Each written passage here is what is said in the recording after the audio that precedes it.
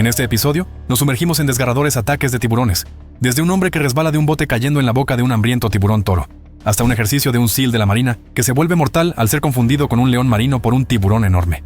Pero primero, comencemos con nuestra primera historia donde un buzo es devorado por una hembra de gran tiburón blanco. La mañana del 15 de noviembre de 2017 amaneció con condiciones perfectas a lo largo de la escarpada costa de California. Una suave brisa marina creó condiciones de agua cristalina en el Parque Estatal Año Nuevo, mientras el sol de la mañana pintaba rayas doradas sobre el Pacífico. Para la mayoría de las personas, las 7:30 de la mañana sería demasiado temprano para nadar, pero para Rebecca Chen, una nadadora de maratón de 26 años y estudiante de posgrado en biología marina, el amanecer representaba la ventana de entrenamiento perfecta. Rebecca encarnaba la dedicación en su forma más pura, persiguiendo su maestría en biología marina en la Universidad de California en Santa Bárbara. Ya había completado varias agotadoras travesías de larga distancia, cada una meticulosamente planificada con protocolos de seguridad que se habían vuelto legendarios entre sus compañeros nadadores. Sus amigos la describían como metódica hasta el extremo, el tipo de persona que pasaría horas investigando patrones climáticos y condiciones oceánicas antes de entrar al agua. Estaba entrenando para cruzar el Canal de Catalina, una odisea de 20 millas que pondría a prueba cada onza de su resistencia y habilidad. En esta mañana en particular, Rebecca seguía su protocolo habitual con su kayakista de seguridad, María, posicionada a 50 yardas de la costa para monitorear su progreso. La zona estaba experimentando la temporada alta de cría de elefantes marinos, con cientos de focas y sus crías creando oportunidades de alimentación que habían atraído a varios tiburones blancos a la región. El traje de neopreno negro de Rebecca y su brazada de natación rítmica y constante, mientras seguía todas las pautas de seguridad, aún se asemejaban mucho al patrón de movimiento de una foca, un caso de identidad equivocada que incluso los nadadores más cuidadosos no podían evitar completamente. Lo que Rebecca sabía por sus estudios de biología marina era que los tiburones blancos son más activos durante el amanecer y el atardecer, aprovechando las condiciones de poca luz para cazar. Estos depredadores ápice pueden detectar las más leves vibraciones e impulsos eléctricos desde distancias notables, y sus poderosas mandíbulas pueden generar fuerzas de mordida devastadoras. Durante la temporada de cría de las focas elefante, los grandes blancos patrullan estas aguas con una actividad intensificada, sus instintos prehistóricos finamente afinados para detectar cualquier movimiento que se asemeje a su presa preferida. Rebecca había estado nadando durante 45 minutos, permaneciendo dentro del corredor de seguridad designado a 200 yardas de la costa con su kayakista, manteniendo contacto visual cuando una sombra masiva apareció debajo de ella. Un tiburón blanco hembra de 14 pies había estado cazando activamente la abundante población de focas en el área. El ataque vino desde abajo con una fuerza devastadora. Las enormes mandíbulas del tiburón se cerraron sobre el torso de Rebecca, en un ataque clásico de emboscada. El golpe inicial del tiburón blanco fue tan poderoso que levantó a Rebecca parcialmente fuera del agua antes de soltarla de nuevo a la superficie. Los dientes cerrados del tiburón habían desgarrado el traje de neopreno de Rebecca y penetrado en su caja torácica, creando profundas laceraciones que cortaron vasos sanguíneos importantes. Luchó desesperadamente por mantenerse a flote. Su fuerza de nadadora de maratón le permitió salir a la superficie y pedir ayuda, pero la pérdida masiva de sangre ya estaba pasando factura. María inmediatamente remó hacia ella, activando su baliza de radio de emergencia mientras intentaba alcanzar a Rebecca. El gran blanco había desaparecido después de la única mordida investigativa, probablemente determinando que Rebecca no era su presa preferida, pero el daño ya era fatal.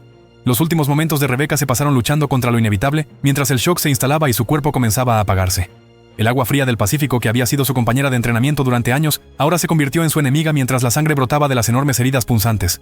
Los helicópteros de la Guardia Costera llegaron 18 minutos después de la llamada de emergencia de María. Sus tripulaciones trabajaron con el kayakista para sacar a Rebecca del agua.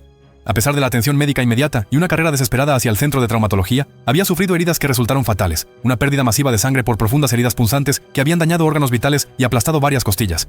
Pero mientras las aguas de California reclamaban una vida en su mortal abrazo, el Golfo de México estaba a punto de demostrar que los tiburones no discriminan entre nadadores recreativos y marineros experimentados. A veces, los depredadores más peligrosos del océano atacan cuando menos lo esperas, convirtiendo un día de trabajo rutinario en una lucha por la supervivencia. El 3 de septiembre de 2014 trajo condiciones ideales para la pesca en el Golfo de México. A 25 millas al sureste de Galveston, Texas, el sol de la mañana brillaba sobre las aguas tranquilas mientras una brisa suave mantenía las temperaturas cómodas para la tripulación del barco de alquiler y sus ansiosos clientes. Para Tommy Rodríguez, un primer oficial de 31 años con 7 años de experiencia trabajando en estas aguas, se perfilaba como otro día exitoso en el Golfo. Tommy era el tipo de tripulante con el que todo capitán de charter soñaba, confiable, experimentado y genuinamente apasionado por ayudar a los clientes a conseguir la captura de sus sueños. Se había ganado una reputación como uno de los marineros más hábiles de la flota de Galveston. Su esposa y sus 2 hijos pequeños eran el centro de su mundo, y su ingreso estable del trabajo en charters les proporcionaba una vida cómoda. Los clientes a menudo lo solicitaban específicamente, sabiendo que la experiencia de Tommy podía marcar la diferencia entre un buen viaje de pesca y uno inolvidable. El día había sido excepcionalmente productivo. La tripulación había estado cebando intensamente desde el amanecer, creando una estela de sangre de pescado y cebo que atraía pargos rojos desde las profundidades. Para las 3:20 de la tarde, ya habían llenado varias hieleras con capturas impresionantes, y los clientes estaban encantados con su éxito. Tommy estaba en su elemento, moviéndose eficientemente por el barco, ayudando a los clientes a luchar contra peces grandes mientras mantenía los protocolos de seguridad que lo habían mantenido libre de lesiones a lo largo de su carrera. Lo que Tommy y la tripulación no se dieron cuenta fue que su operación de cebo, aunque seguía prácticas estándar, había atraído más que solo pargos rojos. Las aguas ricas en sangre que habían creado estaban llamando la atención de uno de los depredadores más peligrosos del Golfo. Los tiburones toro, a diferencia de sus más famosos primos, los grandes blancos, están perfectamente adaptados a estas condiciones exactas. Pueden tolerar tanto el agua salada como la dulce, lo que les permite cazar en áreas costeras turbias donde otros tiburones no pueden sobrevivir. Estos poderosos depredadores pueden crecer hasta 11 pies de largo y pesar más de 500 libras, con un comportamiento territorial agresivo que los lleva a investigar cualquier actividad inusual en su dominio. El accidente ocurrió a pesar de todas las precauciones de seguridad.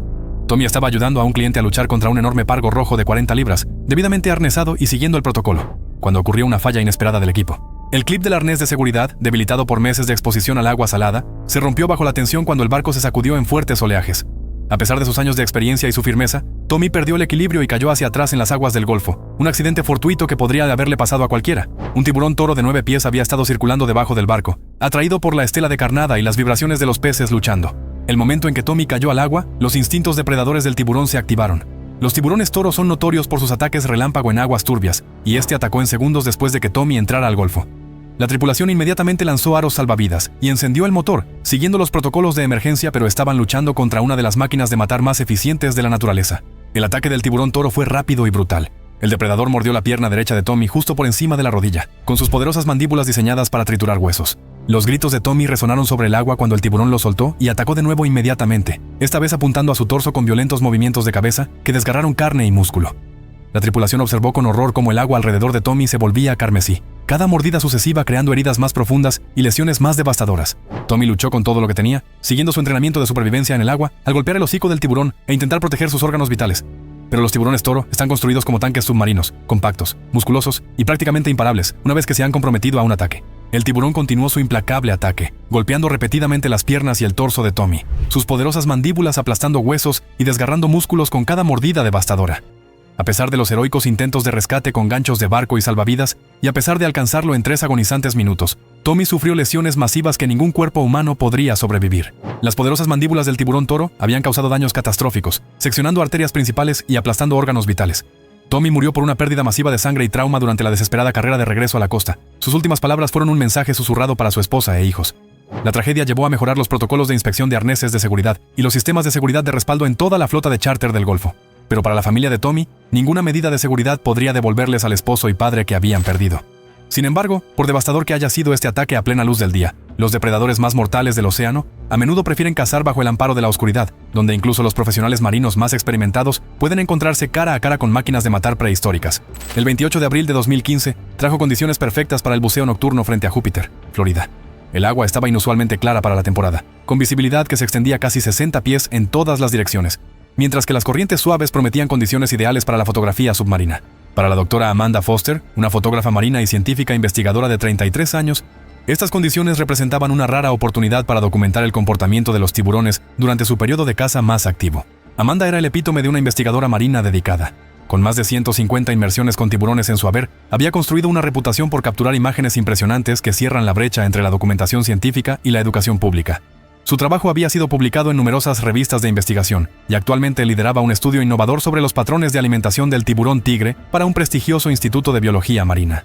Los colegas la describían como intrépida, pero nunca imprudente, alguien que entendía los riesgos de su trabajo, pero estaba impulsada por una curiosidad insaciable sobre los depredadores ápice del océano. Su compañero de investigación para esta inmersión era igualmente experimentado, y juntos habían planeado una sesión de documentación metódica en aguas conocidas por la actividad regular de tiburones tigre. La inmersión era parte de un estudio más amplio que examinaba cómo estos enormes depredadores adaptaban sus estrategias de caza en diferentes entornos. El equipo de fotografía submarina de Amanda era de última generación, diseñado específicamente para condiciones de poca luz y capaz de capturar las sutiles señales de comportamiento que hacían que su investigación fuera tan valiosa para la comunidad científica. A las 8:45 de la noche, Amanda y James descendieron en las aguas oscuras, sus potentes luces de buceo cortando la negrura mientras buscaban a sus sujetos. Mantuvieron el protocolo adecuado de compañeros, permaneciendo a menos de 15 pies el uno del otro mientras documentaban la actividad del arrecife nocturno.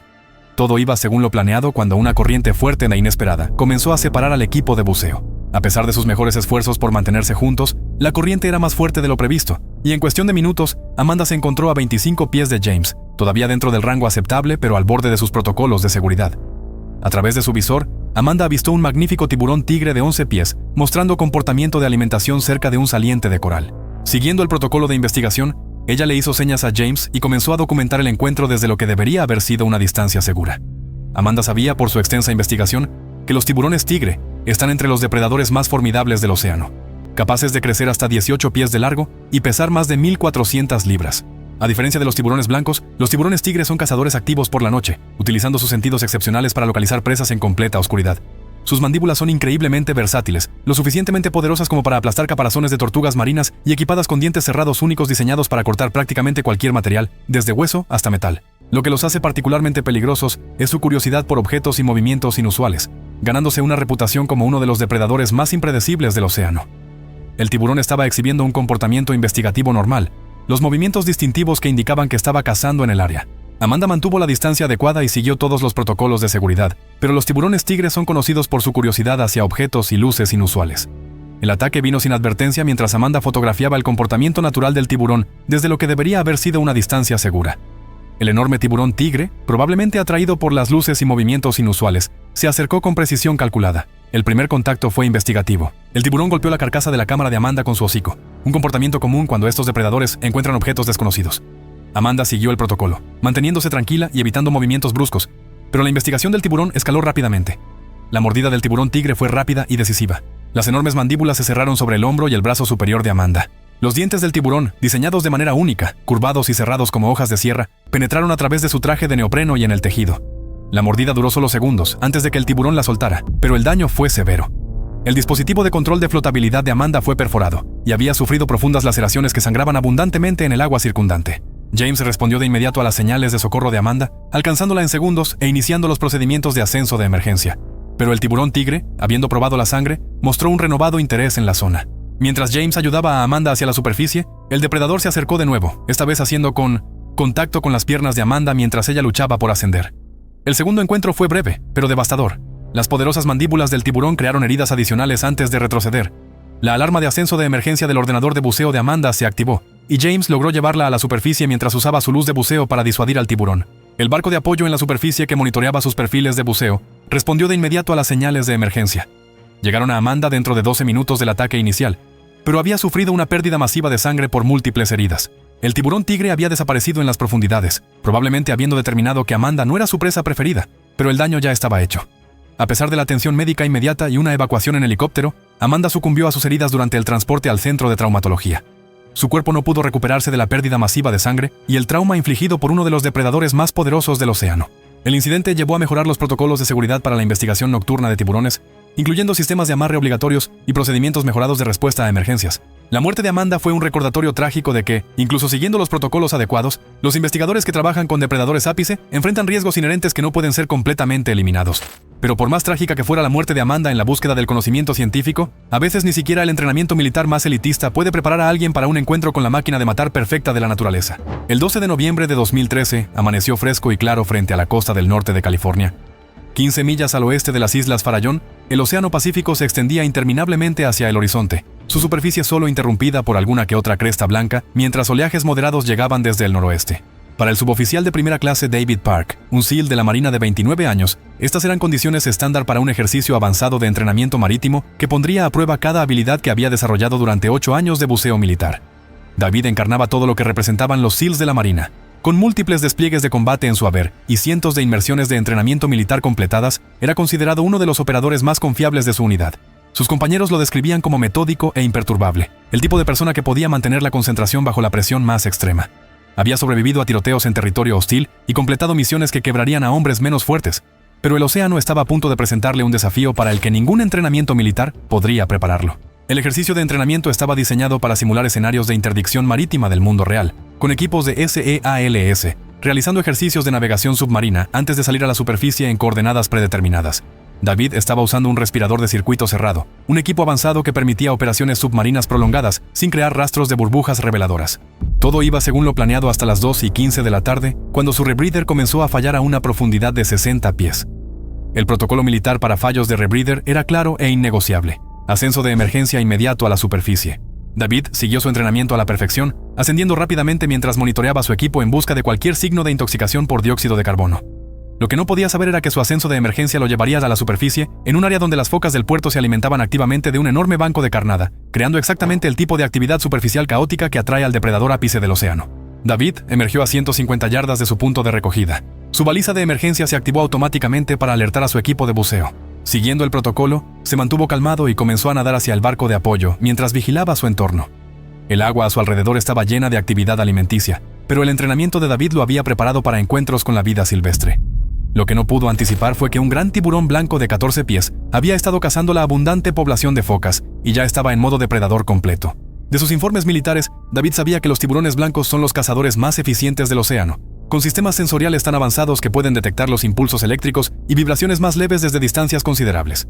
Durante los eventos de alimentación, estos depredadores ápice entran en un estado de agresión intensificado, sus cerebros prehistóricos enfocados completamente en aprovechar la abundante presa. Un gran tiburón blanco maduro puede acelerar rápidamente a través del agua, lanzando sus cuerpos masivos con una fuerza tremenda al atacar desde abajo. El gran blanco había estado siguiendo la actividad de alimentación cuando el ascenso de emergencia de David lo llevó directamente a la zona de caza del depredador. Para el cerebro primitivo del tiburón, el traje de neopreno negro de David y sus movimientos en la superficie eran indistinguibles de una foca. El ataque vino directamente desde abajo con una fuerza explosiva. El enorme tiburón rompió la superficie parcialmente. Sus mandíbulas se cerraron sobre el torso de David con un poder devastador. El ataque del gran blanco fue un ejemplo clásico de su destreza de caza, un golpe vertical desde las profundidades con tal fuerza que tanto David como el tiburón fueron lanzados varios pies por encima de la superficie del agua.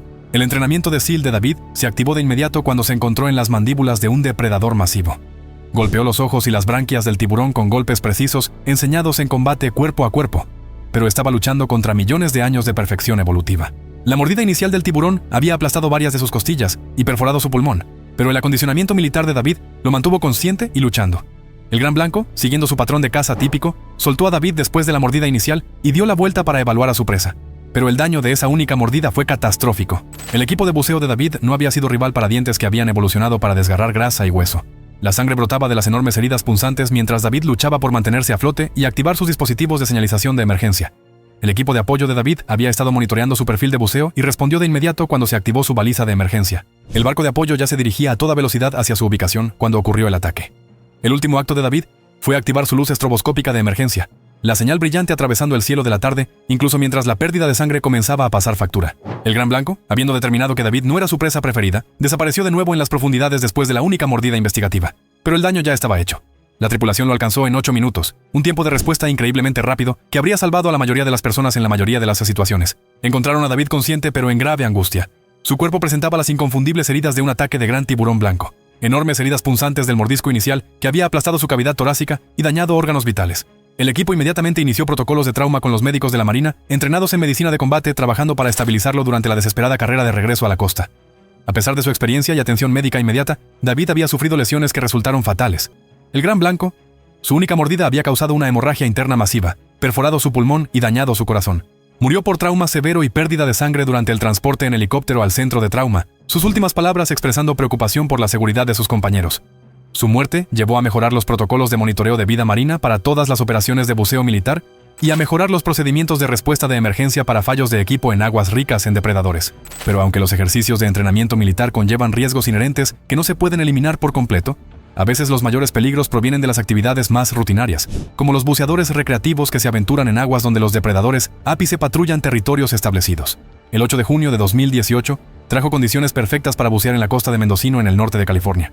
La niebla matutina se había levantado temprano, revelando agua cristalina con visibilidad que se extendía a más de 30 pies, condiciones que habrían sido ideales para el buceo de abulón en años pasados. Para Carlos Mendoza, un experimentado buceador libre de 41 años con 15 años de experiencia en buceo, estas condiciones representaban una oportunidad para explorar el paisaje submarino que había conocido durante décadas, aunque la pesca de abalón rojo había sido cerrada permanentemente 2 años antes debido al colapso de la población. Carlos era un miembro respetado de la comunidad de buceo del norte de California. Conocido por su habilidad, récord de seguridad y profundo conocimiento del entorno marino local, se había ganado una reputación como uno de los buceadores libres más experimentados de la costa. Desde el cierre del abulón, había pasado a la fotografía submarina y la documentación de hábitats marinos, utilizando sus habilidades de buceo para contribuir a los esfuerzos de conservación. Su enfoque metódico hacia la seguridad lo había mantenido a salvo en innumerables inmersiones en algunas de las aguas más desafiantes de la costa oeste. En esta mañana en particular, Carlos estaba buceando con su compañero habitual, Mike Chen, realizando un estudio fotográfico del antiguo hábitat de abulones para un grupo de conservación marina. Estaban siguiendo estrictos protocolos de compañeros, con un buceador abajo mientras el otro mantenía vigilancia en la superficie. El área que habían elegido era un sistema de arrecifes rocosos que una vez había sostenido abundantes poblaciones de abulones, pero ahora mostraba signos de cambio ecológico debido al calentamiento de las aguas y la enfermedad de desgaste de las estrellas de mar. Carlos había estado realizando inmersiones rutinarias a 25 pies, documentando la estructura del arrecife y la vida marina restante. Su técnica era impecable: descenso controlado, trabajo fotográfico eficiente y ascenso cuidadoso para evitar el desmayo en aguas poco profundas. Mike mantenía contacto visual constante desde la superficie, siguiendo sus protocolos de seguridad establecidos. Lo que ninguno de los buceadores se dio cuenta fue que el lugar que eligieron se había convertido en parte de un territorio de caza ampliado del gran tiburón blanco. La ecología del área había cambiado drásticamente en los últimos años. Con las poblaciones de abulón colapsadas, los arrecifes rocosos habían sido colonizados por diferentes especies y la red alimentaria local se había reorganizado. Las focas de puerto, que ya no competían con el abulón por los recursos del bosque de algas, habían establecido nuevos sitios de descanso cercanos. Este cambio había atraído a los grandes tiburones blancos a áreas que anteriormente habían visto poca actividad de depredadores. Estudios recientes mostrarían más tarde que los grandes tiburones blancos habían expandido sus rangos de caza a medida que las distribuciones de presas tradicionales cambiaban debido al cambio climático y la alteración del ecosistema. Durante su séptima inmersión de la mañana, Carlos estaba fotografiando la estructura del arrecife desolado a 20 pies cuando notó que el agua a su alrededor se había vuelto inusualmente tranquila. El pez roca, que había sido abundante durante sus inmersiones anteriores, había desaparecido de repente, y los sonidos habituales del arrecife se habían silenciado. Estas eran señales de advertencia sutiles que Carlos, concentrado en su trabajo de fotografía, inicialmente no reconoció como significativas. Un gran tiburón blanco de 14 pies había estado patrullando este territorio recién establecido, adaptando sus patrones de caza al ecosistema cambiado. El enorme depredador había estado siguiendo el patrón de buceo repetitivo de Carlos durante casi 15 minutos, su silueta rompiendo la superficie repetidamente en un área ahora asociada con la actividad de focas. La investigación del tiburón fue metódica. Estos depredadores ápice a menudo pasan un tiempo considerable evaluando actividades inusuales en su territorio antes de decidir si representan una amenaza u oportunidad. El encuentro ocurrió cuando Carlos emergió de su inmersión, flotando tranquilamente mientras preparaba su cámara para el siguiente ascenso. Mike estaba posicionado a 30 yardas de distancia, manteniendo contacto visual según su protocolo de seguridad. El gran blanco se acercó desde abajo con la sigilosidad que hace a estos depredadores tan efectivos. Carlos notó primero al tiburón como una sombra oscura debajo de él, pero para entonces, el enorme depredador ya estaba comprometido con su enfoque investigativo. Lo que sucedió a continuación demostró la naturaleza calculada del comportamiento del gran blanco. El tiburón no atacó con la fuerza explosiva típica de la depredación de focas. En cambio, se acercó a Carlos con lo que los biólogos marinos llaman contacto investigativo, un comportamiento en el que los grandes blancos usan sus bocas para evaluar objetos desconocidos. Las enormes mandíbulas hicieron contacto con el torso de Carlos. Los dientes del tiburón penetraron su traje de neopreno mientras intentaba determinar qué tipo de criatura había encontrado. La mordida duró solo segundos, pero el daño fue severo. Los dientes del gran blanco, diseñados para cortar grasa y hueso, crearon profundas heridas punzantes en el pecho y abdomen de Carlos. El tiburón lo soltó de inmediato y se alejó, probablemente confundido por el sabor y la textura desconocidos de Carlos. Pero la mordida investigativa había causado un trauma masivo, perforado los pulmones, dañado las costillas y seccionado vasos sanguíneos que comenzaron a sangrar profusamente en el agua circundante.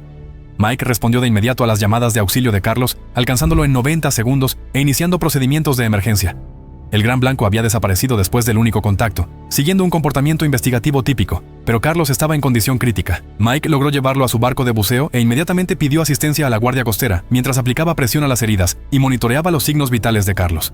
El helicóptero de la guardia costera llegó a su ubicación en 22 minutos, un tiempo de respuesta excelente para el área remota. Carlos permaneció consciente durante los esfuerzos iniciales de rescate, incluso ayudando a describir lo que había sucedido al equipo médico. Sin embargo, la mordida investigativa del gran blanco había causado lesiones internas que resultaron fatales. Los dientes del enorme depredador habían perforado órganos vitales y seccionado vasos sanguíneos principales, creando una hemorragia interna que no pudo ser controlada.